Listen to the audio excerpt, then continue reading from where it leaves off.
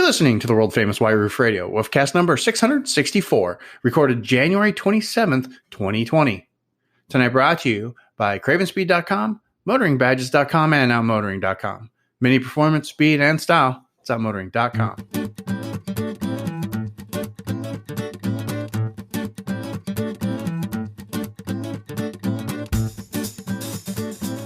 Perfect. Then let's go ahead and get started. Hey, everybody. It's TV in Arizona with a brand new episode of the world-famous White Roof Radio. A little bit late, as I'd mentioned on Twitter before. This is a special treat. We're joined this evening by Mr. Gabe Pritchard. Gabe, say hi.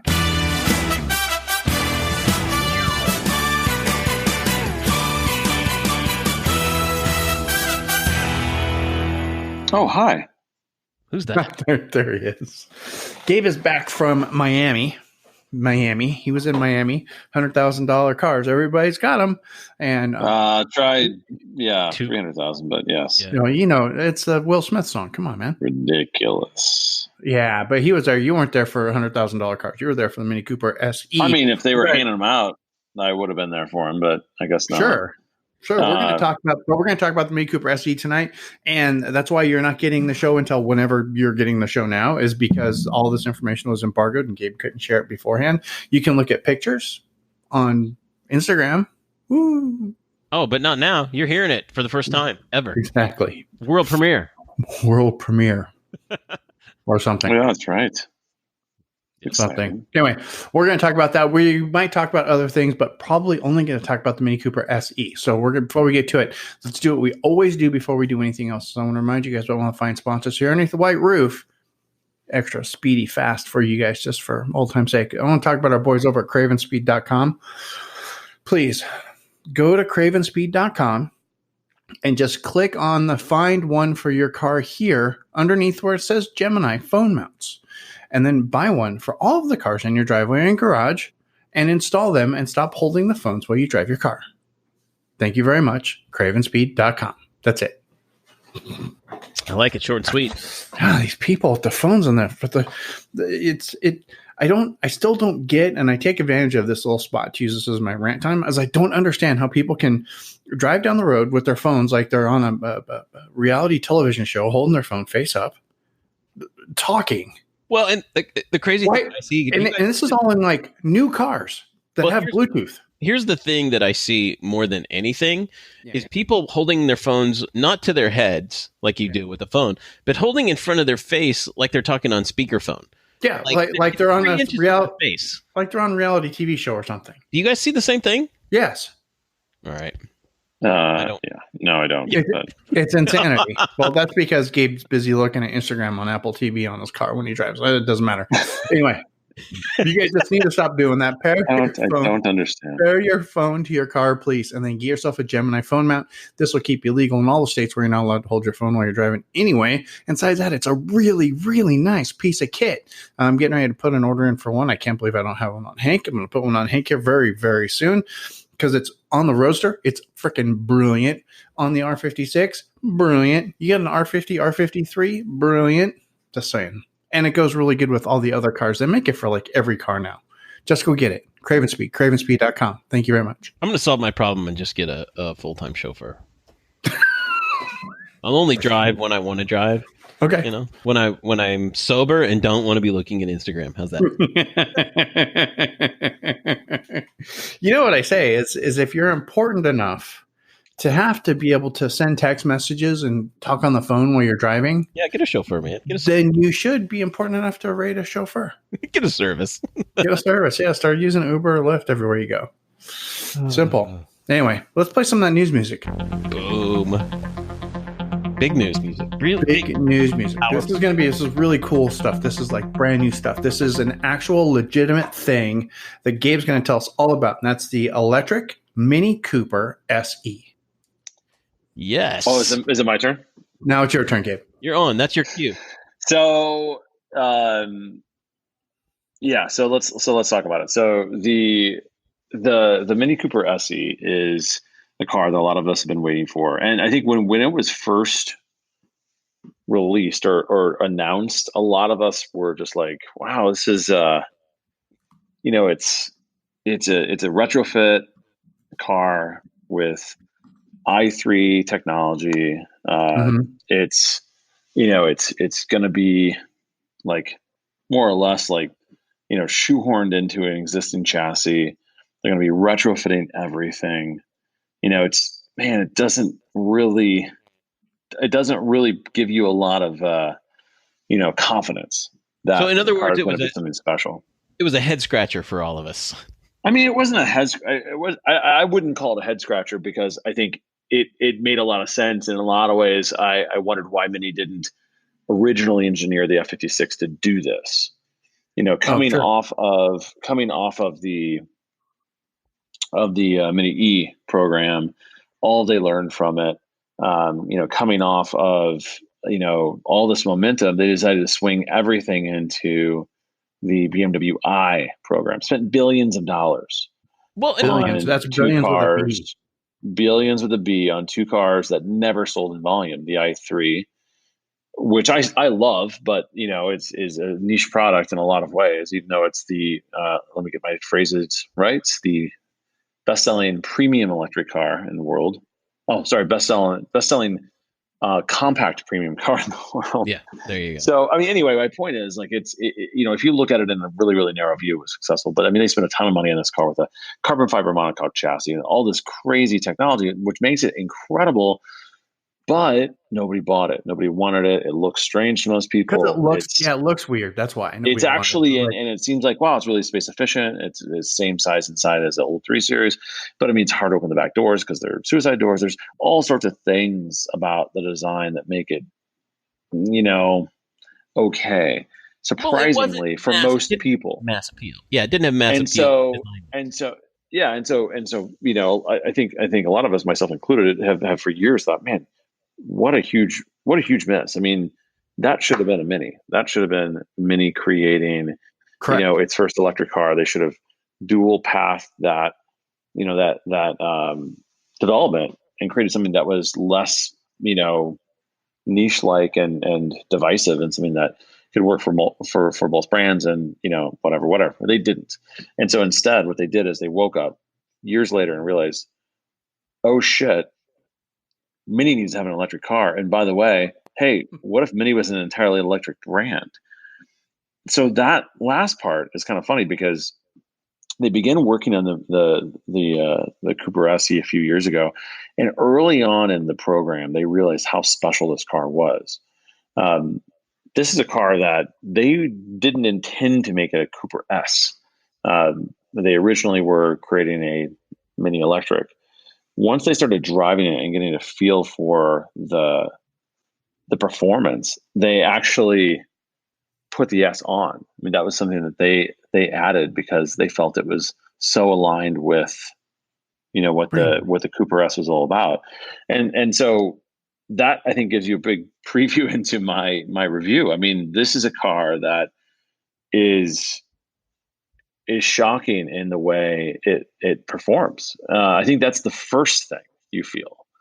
I know it's an electric car, but it expects, with Teslas, et cetera, electric cars to be just like insanely fast. But when you get behind an F-56, you're in an F-56. You don't, at least for me, it was a very foreign concept at first to have this thing be a weapon, literally point and shoot weapon, 0 to 30, like that.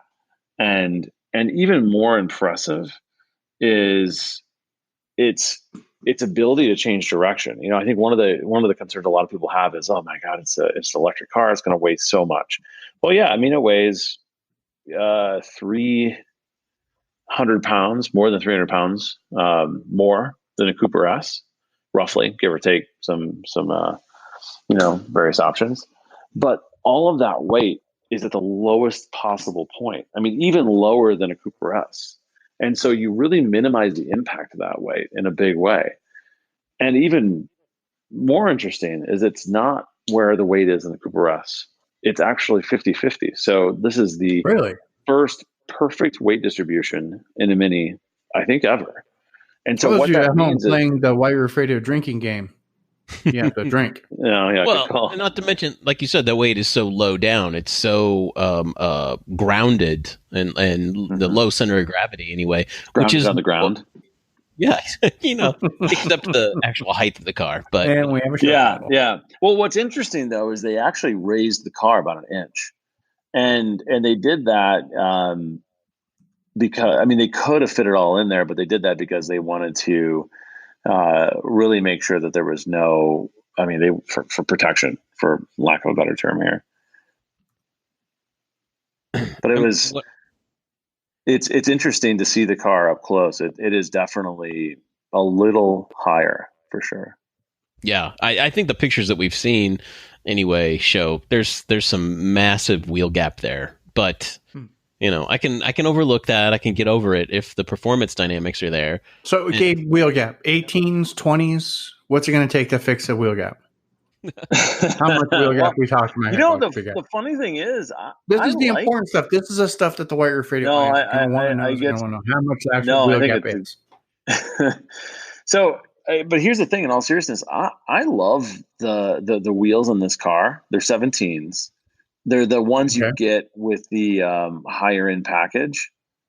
So I'd have to. I think it's with Iconic. So it starts out at 36.9. So the 29.9 vehicle is still well equipped, and frankly, you don't need many more options. It's great. Because really, all you get with the extra option is a Harman Kardon stereo and a sunroof, basically. Well, rear and a bigger screen control, so you get the thing that beeps, power folding mirrors, sunroof, and the bigger nav, Harman Kardon, and then the mini light interior style, quote unquote. The bigger nav actually only comes in the Iconic, which is at 36.9. So, the bigger nav is awesome. I love it. The wheels are great. If you can afford it, it's stupid, but just buy the Iconic. If you can, consider yourself lucky and buy the cheap one because it's the same car. Right. So here's the ultimate question then, Gabe, is should I get one?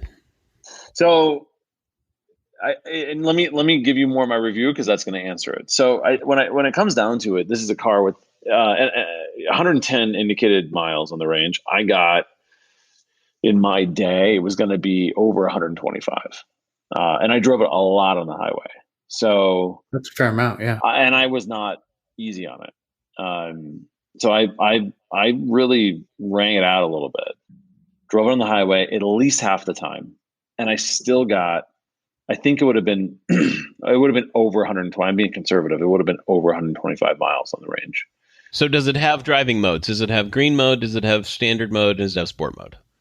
Not that I saw. It has different regen settings, and if it had different modes, to be honest with you, I totally missed it. And I could probably.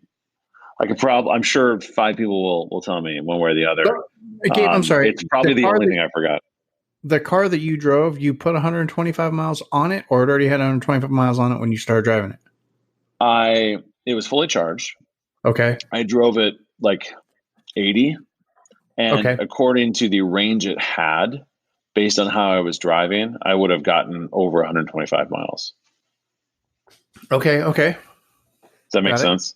That makes sense. Yeah. I had to say that slowly for myself, so make sure I was tracking. But it's not surprising. I mean, BMW and obviously now Mini they're notoriously conservative with performance figures. So when I saw that number, I fully expected the real world number to be higher. And here's another question: Did they address the fact that it will be reduced by a certain percentage in the wintertime in really cold weather climates? Yeah, they did. I actually asked chemistry. Yeah, that's a great question. I mean, I've dealt with that on the i3 specifically, and I asked one of the engineers who was responsible for the car. Can't remember his name. Spoke mostly German. Whenever you're speaking with the Germans, they kind of just tell you the truth because it's not in their nature to lie about engineering. Right. I love having big, bold statements about entire. But it's hey, listen, I think that's a positive thing. It's a positive attribute. Anyway. Yeah, no, it's good. So I asked him. He said, no. He said because the battery technology is different in this car. The way they condition the car as well is much more advanced than the i3. He said that the winter range would not be nearly. We would not see the delta that you see in the i3. The difference would not be as great. Right. So while there will be some difference, he said it will be much more minor than the i3. It's not going to be 50% like it was in the i3. Oh, the i3 is bad. I've never seen 50%, but I mean, I don't know. It's pretty bad. Yeah. I know. I'll tell you this. I had a friend who had an i3, and in the wintertime, she would barely get to work, and she lived about 30 miles away. So she could barely get 30, 35 miles on a full charge on the i3 in the wintertime. Like, she'd have to get there. That's real bad. Yeah. Really bad. It was pretty bad in the cold weather. And I think it's a combination of, highway miles, cold weather, and running heat, using extra energy for that. But that was her real world experience with it. And so that was the most troubling part, is it was just barely enough to get her to work. But granted, 35 miles away from work is a pretty long way for most people. Well, Kansas City commutes, man. They're pretty legit. I've been there. I know it.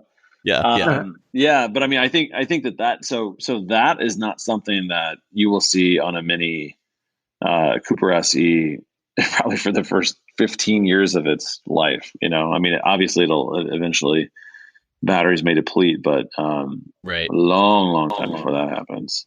Yeah. Okay. Yeah. Well, that's good to know for at least my personal situation here. And I think, I mean, to answer your question more, like, I mean, look at we just talked about the cost, but I mean, we're talking about a car now that I think the range is totally adequate as a second or third car. It's totally fine. And it's kind of ideal in a way because it hits this sweet spot that allows you. The majority of people who own Minis in the United States, it's their third or fourth car. That's the data that Mini's given me, and that's why I mention it, because they're really thinking about their everybody that buys Minis, and that's and not just the Mini, not just portion. The Mini E. That's Minis in general. Yeah, that's Minis in general. Yeah, that's Minis in general, and that's information that you got from your interviews with both the Pat. Yep. And so I think. I mean, I think that's an interesting stat.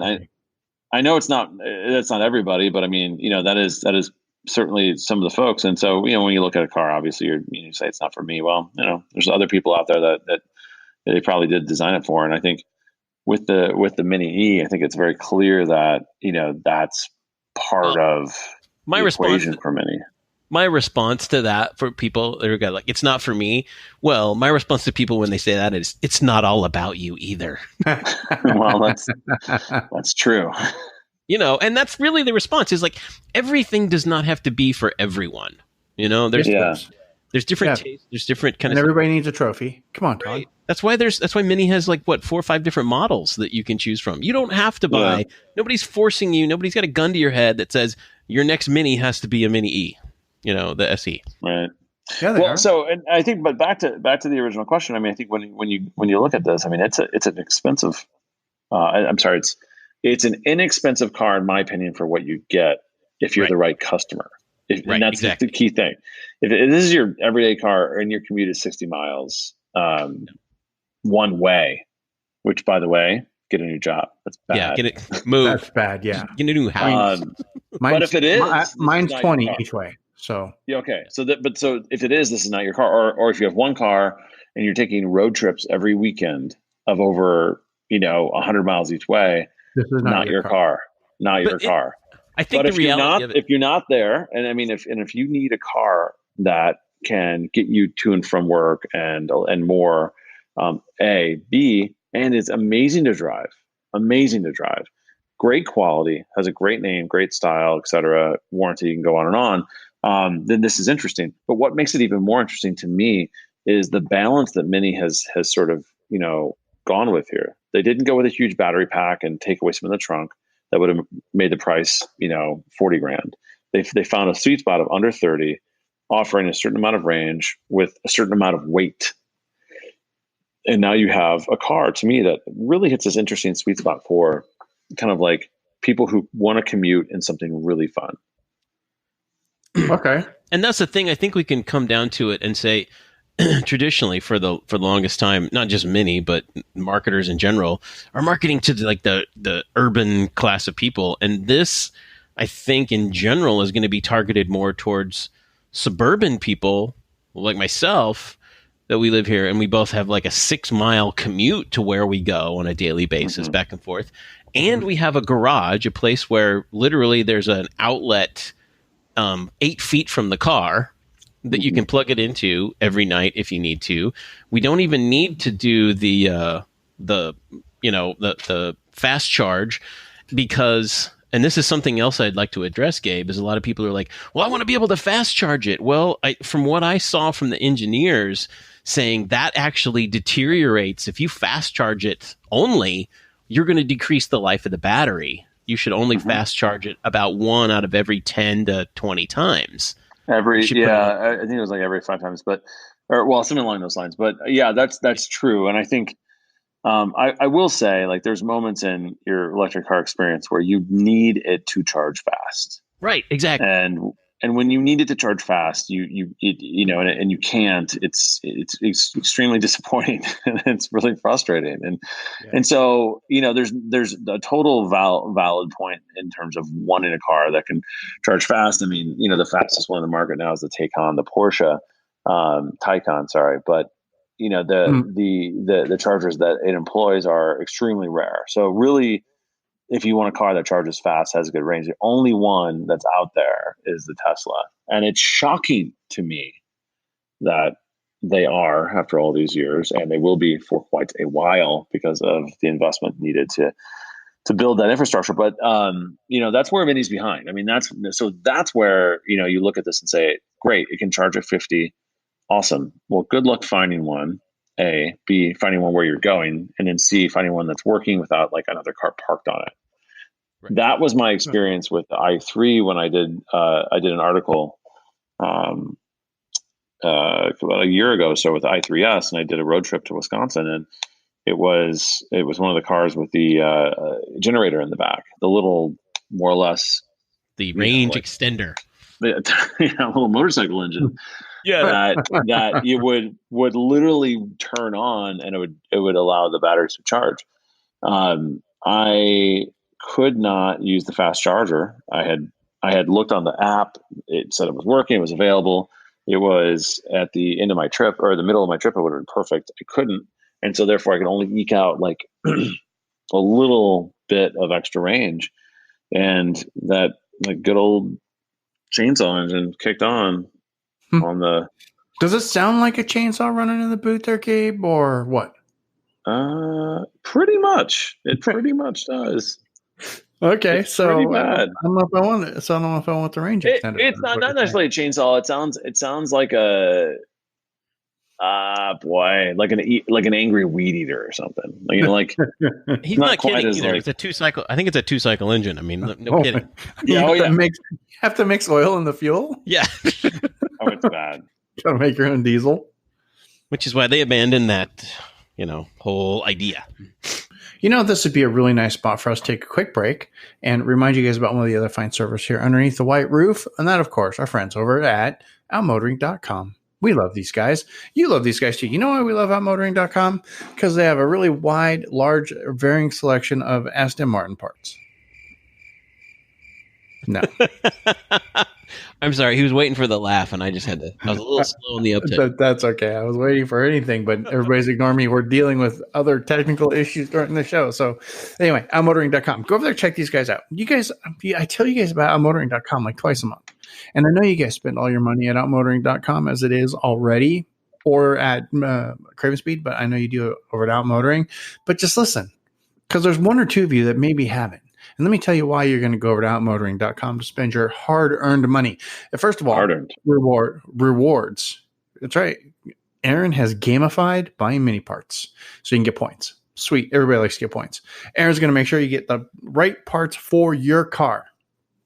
You're not going to go in and have an R56S from 2012 and end up with spark plugs from a 2005 Mini Cooper. He'll make sure that doesn't happen. Mini Club support. Are you part of a Mini Club? Are you putting on a Mini Cooper event? Are you looking for some kind of support? You shoot him a message and he says, yeah, sure. You might get something out of the swag closet. You might get a gift certificate. You never know. And he almost never says no. Free shipping on most of your orders as long as you spend like $200. 100% happiness guarantee. And do you need to pull something with your Mini? Aaron's got you covered there with Mini Do More, a hitch for your Mini. Click that. Show you how to do it. Very cool stuff. Also, I want you guys to make sure that when you're on the outmotoring.com webpage, I want you to click where it says newsletter, sign up, enter your email address. Aaron sends out, I'm not kidding, it's like he goes on spurts. And it's really kind of funny to watch. But you don't get spammed from him in email. You sign up for like Skechers or somebody else. Like Skechers, I had to like add them to spam because I was getting 5 emails a day. It was ridiculous. Aaron, you get like, I don't know, 2 emails a month from outmotoring.com. It's awesome. But one of them has your 5% discount code. Very cool stuff. Click over there. Do it now. Outmotoring.com. Spare tires are what you're going to want to get. You guys got bad weather. You got spring coming up. Maybe you're planning on driving to Las Vegas to hang out with Todd and Gabe and I, and Brian Dallas, and maybe Gabe, and Chad. It's going to be awesome. You want a spare tire for me? Click over there. Aaron's now selling spare tires. Done. You guys got crappy weather? Full line of car care products. Outmotoring.com. Not to mention all the cool stuff that you want for your person. The hats, the shoes, the watches. All of it Mini Cooper branded. All of it legit OEM official stuff, just like you got it at the parts desk, because outmotoring.com is your parts desk in the cloud. Go over there today. Please don't forget. Click over outmotoring.com. Mini performance, speed, and you know what? We're going to go right back to that little Mini Cooper scooter thing. I'll link this up in the show notes. I'm surprised he still has any of these left. That's outmotoring.com. Boom. Gabe, did you get this? Tell me you got this for one of your children. The little Mini Cooper, the Mini Cooper, where'd it go? The Mini Cooper pedal scooter that Aaron was selling over at Outmotoring? No. Did you see this? The little JCW go-kart, pedal go-kart? Yeah, it's good stuff. No, they have a electric Tesla. Oh, excuse me. It which is dangerously fast, I might add.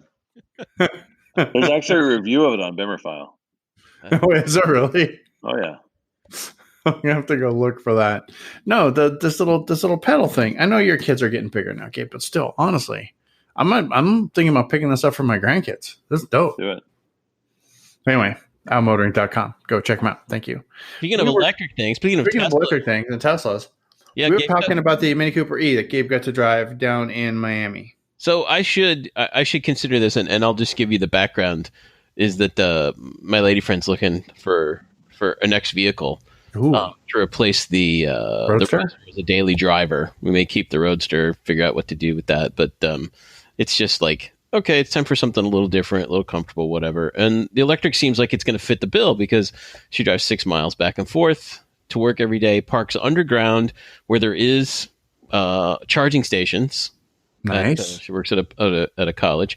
And so she could charge while it's at work. It'd be full charge. Not that it makes a heck of a lot of difference either way, but just to keep the thing, always charged or whatever. And it seems like we could do away with gas. And it looks like it's going to cost about $300 a month to have one of these. Yeah, and I just think it's a no-brainer. It's they don't really have any lease deals that are crazy attractive, but the actual financing and the cost of this thing is pretty solid. Yeah. It just seems pretty ridiculous that we can get it down. And I gotta say, Todd, for that scenario that you just described, I can't think of a better car. We're the perfect customer, and it for me, it's just like a dip in the toe into the waters of a electric vehicle.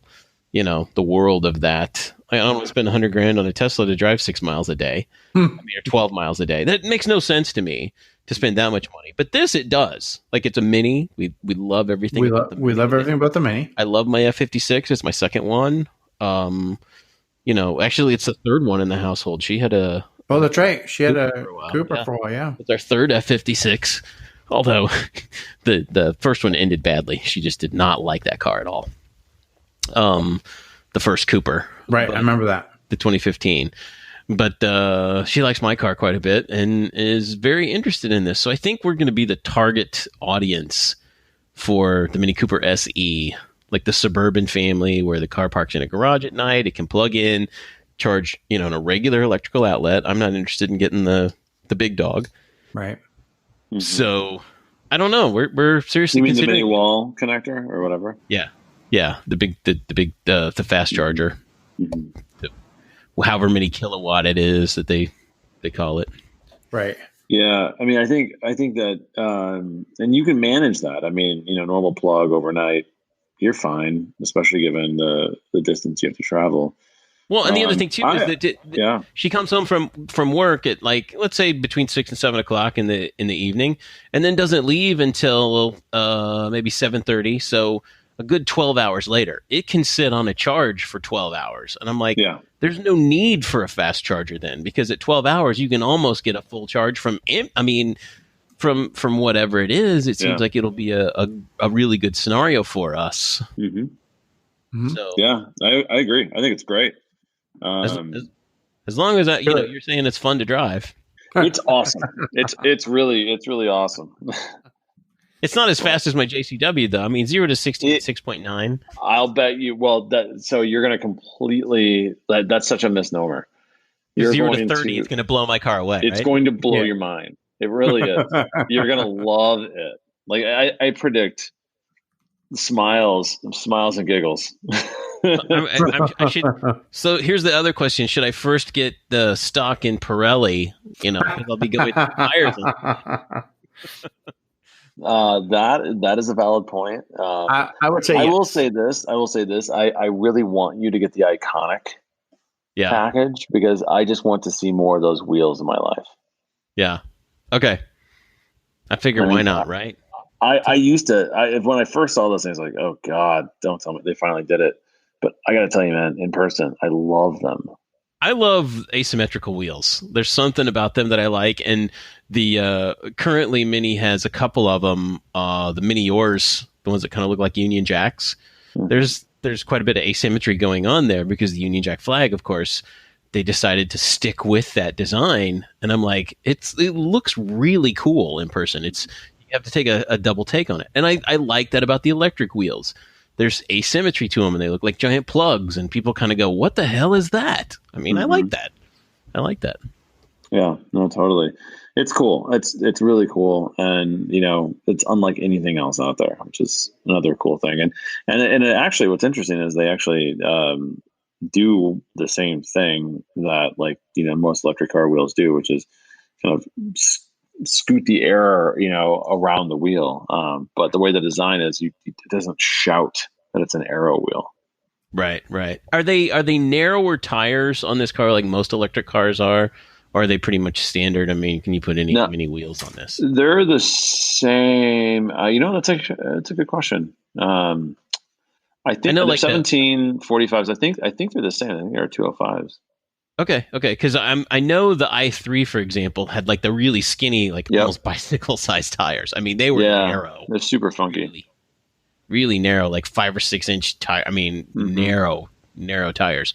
So I was curious whether they do that here also, but I think they probably decided to, keep the Mini handling that feeling. And that's something you've said that they really kind of shot to do on this car, mm-hmm. is to make it fun. And that's from, what I'm hearing is this is a fun car to drive. It's a Mini. It drives like a Mini. Yeah, it totally is. It feels, in fact, I would argue it feels more like a Mini than you feel on most Minis. Okay, so here's my next question. It sounds ridiculous, but I mean, the center of gravity is so low, it's so quick. I get that. It changes direction like that. So, did they say anything, or do you get any gut feeling that they're going to kill the plug-in hybrid version of the Countryman completely? No, it's going to see out it's got, I mean, 80% of all Countrymen sold in like Scandinavian countries are hybrids. Okay. I mean, it is an extremely well received car. In fact, hold on, I'm going to give you the stats. They may shock you, actually. And so in the UK, it's 20% of all sales. And it's basically between 20 and 30% in Europe of all sales. Mm-hmm. And in the US, I want to say it's like 1 in 5 or something like that. Yeah, it may be. And you want to know the crazy other stat that I heard, and this was like through dealers also, is that something like some ridiculous number, and I'm thinking it's 70 or 80% of plug-in hybrid owners never plug their cars in. Yeah, that's true. I've seen that. It's ridiculous. And I'm like, why buy the plug-in hybrid if you're never going to plug it in? Yeah, that's one of the reasons why they want to have this inductive charging work. Because it makes more sense for lazy idiots. I mean, people who don't ever charge their cars. Well, and we talked about this a while ago, which I think is one of the problems with the adoption of the slow adoption rate of electric cars and people getting used to that. Is because how many people do you see in the world, and I see this every day of my life, in the morning, first thing in the morning, you see people scrambling looking for chargers for their phone. And I'm like, what the hell is wrong with you people? What was the nighttime for?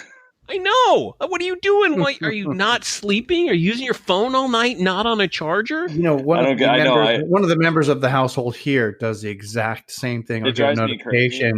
And her phone's almost dead at like 9 o'clock in the morning. I'm still going, gosh, what? It drives me nuts. One of the things I'm teaching my children, amongst all the various important values that we as humans need to adhere to, is something I call ABC. Always be charging. Great Glengarry Glen Ross. And there you go. And it's funny because there's a lot of people that say like, oh, you gotta wind your battery down. It's better for the battery, yada, yada, yada. Not anymore. Apple's taking care of that for you. Not anymore. And really, from what I can tell, these cars are the same way. I mean, yes, you don't want to do fast charge continuously, but you don't need to worry about the cycling of batteries anymore. And I think the other thing that's important to note is BMW has this history, and I only know this because I've talked to the engineers about it, not just marketing would never say this. But they have this history of being very conservative with what they get out of their batteries. Tesla gets more out of their batteries, for instance, in their cars than like a company like Porsche, because they don't adhere to the same quality standards and sort of quote unquote tolerances, and they wring everything they can out of it, because part of their entire identity is that we are a company that's essentially beta testing the software with you. And if you want to be an early adopter, you'll come along with us. And, for a lot of people, that's great. And you get more miles and whatever. But BMW has the opposite view. They want to protect their consumers in every possible way. Now, maybe sometimes that's bad. Sometimes it gets in the way of a great product, but it's a fact. And if you look at that fact and realize that this car is conservative in the way it cycles its batteries, it means that the battery will probably last longer, which is another reason why BMW's put a 100,000 mile 8-year battery warranty on this as well. It's huge. Interesting. That's huge. Very interesting. Then I'm eager to see it. I think it sounds like a lot of fun. I think it sounds like a perfect car for a lot of people, not for everyone. And like I said, if for some reason you're like, I could never live with this car because I drive 30 miles a day to work each way, and blah, blah, blah. And I'm like, well, it's not for you then. That's not for you. Yeah. It's not about you either. Go look at a Nissan Leaf or save your pennies and get a Tesla. Yeah, exactly. Don't buy a Nissan Leaf. Oh my God, that car's hideous to look at. Yeah, it is. And I think the other thing too is to look at what else is on the market in this kind of arena of price range and distance. There's a lot of things coming on the market. I mean, the Kona has one. It's a Hyundai, right? Kona. That's pretty desirable. I haven't heard many reviews about it yet, other than the specs are good on it. There's the Jag I-Pace. Audi's got something. Yeah, but we're talking expensive. We're talking they're all expensive cars. No, even the Kia is expensive. These are all very expensive cars. Well, not except for the Nissan Leaf. Not compared to the Mini at $30,000. I mean, your Kona is going to be competitive in there. It's going to be in your $40,000 range. So, for that matter. So my question is, Gabe, like you said, and Mini, they've been hinting at this for the last couple of years, the last 2 to 3 years, of becoming not necessarily an all-electric company, but mostly electric. Mm-hmm. So do you think that this Mini SE that's coming out here in just a couple of months, we're going to see it? It's going into production in March, and we'll see it in dealers soon after. Do you think that more models are going to come down, or are we going to see new models that'll be electrified? So they're going to be the small car, the smaller Mini, the next generation. I'm told will be 100% electric. Okay. Which is good. Shocking in a way. 2023 is what you're looking at, and they have an enormous amount of work to do. I don't even know. I mean, I still doubt it to a degree. They're going to do that. The larger Minis will not be. Larger Minis are going to continue on based on BMWs, very similar to what they are now. So, and that's something too that I've seen kind of alluded to by different executives at BMW and Mini both, about how JCW, could it survive as an electric brand?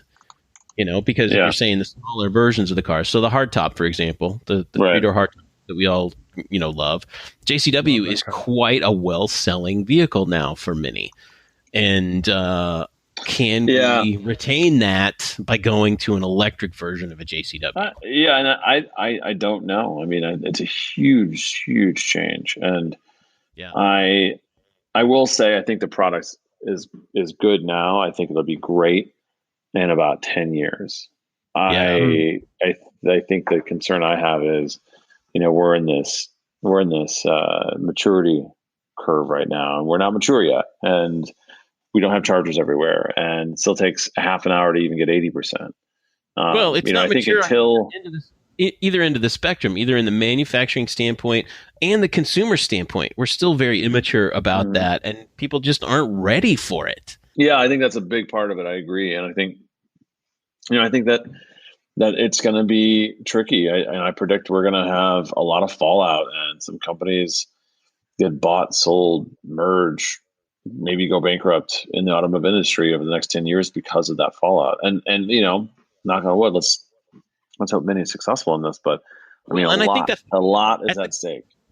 If you had a company, that's the gamble you have right now, is how much resources do you put into, and how soon, what's the timeline for moving to this electrification? It's like you're going to make a majority of your money from that.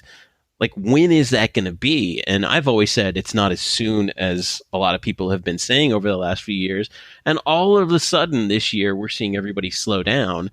Even BMW saying, no, it's not going to be a fully electric company. We're still going to have at least 40 to 50% gasoline-powered engines, internal combustion engines. We're still going to continue to offer that probably for the next 20 years. And I saw that as a direct quote. Now, who knows what's going to happen in 20 years? A hell of a lot can change in technology and battery technology and consumer demand. We saw what happened with small cars. Mini has gone from being a really great selling small car in the United States in 2002 to, here we are 18 years later. Nobody gives a shit about small cars anymore. Nobody wants them. I'm saying nobody, but... Because we know why that is, though, and that's going to be a topic for another day, and it's just because gas is too cheap, right, Gabe? No, but there's so many... But what I'm saying is that whatever the number of factors have changed, 18 years later, things are completely different than they were, okay? Mm-hmm. So I'm saying, 18 years from now, or even 10 years from now, we have no clue of what consumer tastes, what direction they're going to go. We can guess. And I think that's the hard part for auto companies now, is they have to guess what's going on. And I think what's going to happen next is we're going to see the complete capitalization of the data from cars. You're going to see all kinds of car companies start to realize that they have to really capitalize on gathering as much data as they can from each of us as we're driving. Well, they already do. Yeah, they already. Yeah, I realize that, and so what they're going to do is, like, they're not going to rely on dealers anymore for that information. They're going to get the stuff right from the cars. They're going to figure out how we're using our cars, and they're going to target that for what kind of cars they're making and what kind of cars they're trying to get us to buy because of our lifestyles and our habits. And just like any marketing is doing, any digital marketing now is mining that data. Mm-hmm. And I think what car companies done they have not mined that data properly over the last 10 years. That's very true. But I also think that it's it's data that it only tells you so much, because you're you can't see the future if you're looking through the lens of the past. And so, if you're just seeing the data. So I guess the point is, I mean, I think you're right. I think they're already beginning to do that. Some automakers more than others. But I do think that a lot of this is going to be down to European regulations. They are incredibly stringent, and Mini needs to be efficient for BMW as BMW sells cars that are larger and just emit more CO2, for instance. So that is another factor that we haven't taken into consideration is what happens when companies like, say England says, hey, we're outlawing in these areas, you have to have an electric or at least a hybrid car. Yeah. We're not going to allow. Yeah, we're not going to allow internal combustion engines anymore just for environmental reasons, okay? So that is another factor that will force us into that paradigm shift of what we're used to in automobiles as we go, okay? And because I've seen, you remember 5 years ago, everybody's like, oh, Uber and Lyft nobody's going to own cars anymore. Well, bullshit to that, because now studies are coming out after Uber and Lyft have been happening for 4 or 5 years. Mm-hmm. Not only are there not fewer cars on the road, there's more cars driving more miles on the road, like adding more damage to the environment. So that it's kind of like it's a useful thing in the world, but it's not going to replace each of our own cars in our lives. Well, it's not, and it's certainly not going to replace cars for most people. So yeah, totally. Right. I mean, I think that's totally. But anyway, totally so all of those things are factors that are going to drive these changes and these shifts in technology. And electric cars, we're going to see how Mini does with this and how well. I think they keep hyping. You've got so many people interested in this car, 90,000, people interested in it around the world, or what? I thought 90,000, but it's quite a few. Yeah. I have one more question for Gabe, because I know he has to go. It's got an early morning tomorrow. But Gabe, when can we expect to be able to actually buy this car? March is the on sale date. I mean, Todd, what do you know the exact on sale date? I don't know the exact date, but I know it's going to be late March. It's supposed to be before the end of March. Yeah, I think it's a Friday or Saturday. So fairly soon. Yeah, real soon. Yep, it's coming 60 up. Nice. Very cool. It means for sale in every state. Not every dealer will stock them, I'm sure. Some will be less interested in this car as others, but certainly there'll be probably one on hand at some point, and if not multiple in some dealers. I mean, obviously. I know my dealer's got 2 pre-orders already, like deposits. Wow. Literally, people have put money down on this car that they don't even know about yet. Yeah. I would expect the bulk of them to go to the coast. I would agree. And California is to be by far the biggest market. Have we confirmed the 110-mile range just to finally put a bullet point on that? Yep, 110 miles. Again, that is the EPA. The way Mini has, the way they rate that is it's like on a mountain in cold weather. Okay. Oh, all right. That's kind of what I was told. It's like 110 miles in a very worst case scenario. Got it. So, and I think coming out in spring is going to be the most helpful thing they can do because it's going to be a while before people hit that cold weather. Right. And even then, as I said, the cold weather is not supposed to affect it the same. But excellent. There you go, Gabe. Thank you very much, sir, for your time tonight. I really appreciate it. There's your Gabe Bridger, everybody. Motoringfile.com. Stop posting links to other websites for Mini Cooper news. Just go to Motoringfile. People make me insane. Stop doing that. Unless you're doing it just to make us laugh because you think it's funny. But really, just go to motoringfile.com, please. Thank you, Gabe. Appreciate it. Have a great night. Anyway, we're back. Thanks, Gabe, for joining us. As always, motoringfile.com. Appreciate the information. I don't know how much we actually got there, but it's very exciting stuff. Of course, for all of your Mini Cooper SE needs, desires, whatever, before you get them to the dealer, just keep checking motoringfile.com for all that information. And if you get questions and you want answers, shoot them over to Gabe. He's got direct access to all the Mini USA people. I mean, he should. They flew him to Miami. We have access too. We just don't. We just don't abuse those privileges. We just don't abuse it. Yeah, exactly. I'm kind of excited for this car. It's a car that I can't drive, so because the range is only 110 miles, right? And for example, today, and this is typical my drive to work can take as long as I could spend as long as 2 hours in the car. Well, and here's the thing for you, DB, is think about it in the summertime in Phoenix, Arizona. If your 18-mile commute is going to take you an hour, okay, you're going to be sitting there draining the battery because the air conditioning is going to be running. Exactly. This is what I'm thinking. So terrible range. Oh, terrible range. And if I get stuck in, like, if there's a barbecue or some knuckle breather decided to, send a text message and close down the entire freeway because they don't know how to drive and text at the same time because nobody can, then this car obviously is not going to make it for me. Right. But that's okay because you know what? It's not about me. But hey, White Roof Radio listeners, I've got your back because we are seriously considering it here in our household. Dude, I think it sounds like a perfect car for you guys. I think it does. I think it sounds like fun. And we're kind of like, you know what? Why not? Why not? Why not is kind of our question here. And the discussion we had, and I love that we've got a follow-up over on our app. What's our app called? Oh, the Flick Chat Room thing. Flick Chat Room. And by the way, if you're not there yet, you can go join the Flick Chat. Occasionally there's some good discussions. But anyway, we got a response back when we talked about a couple of weeks ago about not needing a large car and how many options there are out there for, hey, I want to buy something or I need to get something from A to B and I've only got a Mini Cooper. Dude, there's a lot of options and they're not very expensive. A lot of options. Oh, yeah. A lot of options. I mean, go to IKEA and then down at the, they're like, got a couple of services. They're like, hey, here's a couple of delivery services that'll even come and put it together for you. Yeah. How great is that? Yeah, exactly.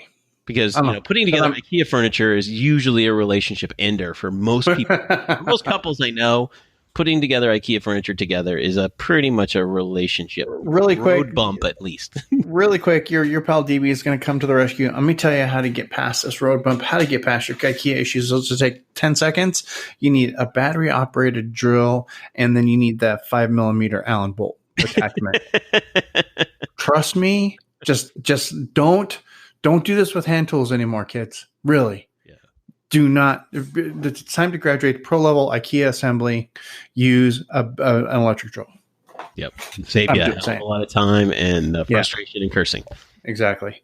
And we're going to go and call it a show. Before we do, I want to just step in because I'm catching a lot of grief from you guys, and I'm all about it for putting a big car in my garage. I'm going to come back to that next show, or I'm going to make it a post over at DB Mini. No, we don't have time this week. And I'm not really prepared, but I know you guys. I'm catching the flack, and I get it, and I understand your argument, and I lived your argument for a really long time, and I have an argument back that you guys won't understand for 10 or 15 years. So you're not boat people. I'm telling you right now, I'm going to tell you right now. You know why we've got a big car in the garage now? Because we're fucking old. Hey, I'm old too, and we have a big car temporarily. The in-laws are actually in Phoenix for the winter. Oh yeah, and we've got their Countryman here because isn't that nice getting in and out of the Countryman instead of having to fall in and climb out of the Mini? I gotta tell you, it's been sitting in the driveway collecting snow for the last. We're not driving it that much because it's okay, but it's a 2-year-old Countryman with 9,000 miles on it. Oh. We're like, we need to put some miles on this while you guys are. You need to put some miles on that, dude. Oh yeah, but I also have to carry old people. Yes, I get it. I got to carry my folks, and I'm just going to keep coming back at this. The Mini sucks to carry bicycles, and I don't have the money, not in the budget, to put a hitch on the back. Anyway, this is going to be a topic for a whole nother show. Don't worry, we're gonna take care of it later. Good point. But we're going to be done. Let me direct you now, if I may, before we finish up, motoringbadges.com, if you'd be so kind. Please open your hymnals to motoringbadges.com. And look at the new item that's there. There's a new item at motoringbadges.com. The collection. Oh, yeah. Didn't we talk about this? I posted on Twitter. You did. So if for you collectors out there, because I know you guys are out there, if you haven't gone over to motoringbadges.com yet, Todd will sell you one of every Mini Takes the Stage badge. Like a whole set. From 2006 through 2020. Because Todd was the official badge maker for all of them. He made, that was his, the Mini USA said, Todd, we need badges, we need stickers. He went, okay, here you go. Right? At least a few of the years. At least a few of those years they did. At least a few of those years. Yeah, exactly. The other ones he just copied. Anyway, go get the whole set. And also get your 2020 stuff over there now. Yep. And hey, for every order of $50 or more, use the code FREE for free shipping. Oh. Actually, yeah, you got to use the code. I'm not just going to automatically give it to you. So you got to do a little bit of work there. But hey, spend $50 and it's easy to do. Get yourself a set of that and an extra something else. Well, you get your door badges first of all. Many Takes Estates, or you got to get your grill badge. It doesn't really matter what you got to get. You got to get your Many Takes Estates stuff so that you're ready to go. That's over at motoringbadges.com. What was that coupon code again to use there, Todd? Free for orders at $50 or more. Use the code FREE for free shipping. Boom. But you got to spend a lot of money. Go do it now. While you're there, don't forget, Todd will make you up some really cool rally badge with your name and a flag. Yep. Those are super dope. Oh, and coming soon, which they aren't there yet, but they're done. I'm just kind of waiting for the Many Takes Estates announcement to happen here. But I've got social media tags you can get for Facebook, Twitter, and Instagram. Dude. So if you want people to follow you on... So you could make me a rally badge with like the Instagram icon and my Instagram name? Exactly. It has the Instagram icon in full color and your name after it. Oh, dude, that'd be rad. And for $10, for $10 a piece, you can get this with whatever you want on it, your tag handle, whatever you want to call it, so people can follow you and you can get more, followers. And it's going to be great for Many Takes Estates for people who are like, hey, I take a lot of pictures. I've got a really kick-ass Instagram page. Here you go. This is the way to get people to follow you and to get more friends. I mean, it's everybody needs more people to follow on Instagram. So exactly, that sounds super awesome. You'll probably see those in about a week. So keep an eye on the White Roof Radio. Keep an eye on White Roof Radio Twitter, because White Roof Radio Twitter is the official Motoring Badges promotional instrument. Kind of. Stupid Facebook. Yeah, it's there. And then stupid Facebook. If that's the only place you go follow Motoring Badges. Go like Motoring Badges on Facebook for me, and you'll get the updates. There you go. You could do that too. And then we don't send out a lot of spam. We don't send out spam or anything like that. So just go like Motoring Badges on stupid Facebook if that's where you live. There you go. Done and done. Motoringbadges.com, because blank is boring. Yep. Oh, also, if you guys want this before Many Takes Estates, because it's going to be hot, if you use the contact form, tell Todd that you want a White Roof Radio Sunroof Delete kit. Tell him what color you want that for. Send him $100. He will send you a giant decal to cover your sunroof, make your air conditioning work in the summertime. Kick ass. That's my Motoring Badges hack. It's my favorite one, because it's a brilliant piece. It really is. I've had that on every car with a sunroof. I only have one car with a sunroof. But anyway, I just installed one today. It's so rad. Yep. Oh, what did you just do? You did something bitchin'. Was it I wrapped the roof? Silver? Was it the white roof on the Coachman? Yeah, I wrapped an entire roof, and then I wrapped an entire roof today on the Clubman. So that you need to send me those pictures for this week's short, because those were really badass. I will do that. So I don't have to pull them down. Yep. Motoringbadges.com. Thank you very much. Moving on. Let's finish up. Let's do a quick reminder. So we got the Flick chat thing. I'll link it up in the show notes. Anyway, it's the Flick app. And if you use the code White Roof Radio, all lowercase, no spaces. And that again is Flick app. Let me just double check. Basically a behind the scenes kind of discussion where, it's an instant chat with those of us on the inside. Yeah. Exactly. It's almost like a Black Roof Radio chat. Yeah. Right? Because it's a flick.app. I'll link it up in the show notes, guys. Anyway, it's kind of cool. We're talking about in the Flick chat right now, the Vegas meetup happening, and just like tomorrow. It is coming up very, very soon. 60 days. So again, we are going to be in Las Vegas. I'll be there. Chad will be there. Todd will be there. We're trying to get Gabe to go. Brian Dallas is probably going to be there. Maybe. And if Brian comes, I'm bringing my bicycle, because he's bringing a bicycle. Anyway, we're going to be in Vegas, March 27th through the 29th. This is not going to be AmViv. This is the AmViv Remembrance Tour. We will be at Palace Station having gin and tonics by the pool. Or something. And we want you guys to come out and hang out. This will be so super cool. We want to see some Mini Coopers on the top deck or 5B. It'll be rad and it'll be really awesome. You're looking for something to do at the end of March anyway. We're going to hope we get nice weather and no wind. And we're going to be in Las Vegas. Again, that's March 27th, March 29th. That's Friday through Sunday. Palace Station, Las Vegas, Nevada. We don't have room codes or anything. We're just going, and we want you guys to meet us there. That's the definition of a meetup. And Friday night we'll be in the casino, probably at one of the bars. Yes. You will be able to. The place isn't that big. You'll find place isn't that big. Then, especially with the redo of Palace Station, you can actually just almost look and go, oh yeah, there they are right over there. Yep. It's not like all crazy. And it's, if you haven't been to Palace Station since they've redone it, it's really nice now. It's nice now, yeah. Yeah, it's really nice. It's really cool. But that's where we're going to be. One more time, March 27th through the 29th. Hope to see you there. Be dope. Finally, this is me the last time because we're still in January. We're still in January. Membership drive. It's that time of year, right? Everybody's got to do it. And I've been telling you guys this, and it's helping. We're almost there. We're getting close. And I'm just going to throw this out there. Is I really want White Roof Radio to be listener supported. How cool would that be? You guys owning White Roof Radio, right? I think that'll just be super duper awesome. You guys are not only own White Roof Radio, you'd also own Ride Bikes Radio as well. And you know what it's going to take for that to happen? 300 followers on the Patreon page. Simple. And you can give us $1 and give us $0.25. I don't care. And I don't care how much money. I need 300 people. If I got 300 people supporting the show, we would not have any commercials. No sponsor spots. None. Just be you guys. And then we'd also be able to come up with some really cool ideas for prizes and things. Be dope. Patreon.com/White Roof Radio. 300 listeners supporting the show. We go. Listener supported. Done. Make it happen. Thanks, guys. Otherwise, we are done for the week. Don't forget the sponsors. Motoringfile. Check. That means this is the part of the show where I do like to make the funny clicking sound. And then I say, questions, comments, or concerns, go ahead, click back over to whiteroofradio.com. There you can leave us a note in the show notes. You can also email us feedback@whiteroofradio.com. Until next week, this is Stevie. I'm done. Go Chiefs. Oh, I forgot to go Chiefs. My Chiefs are in the Super Bowl, baby. I know, dude. I know. I'm so excited for you.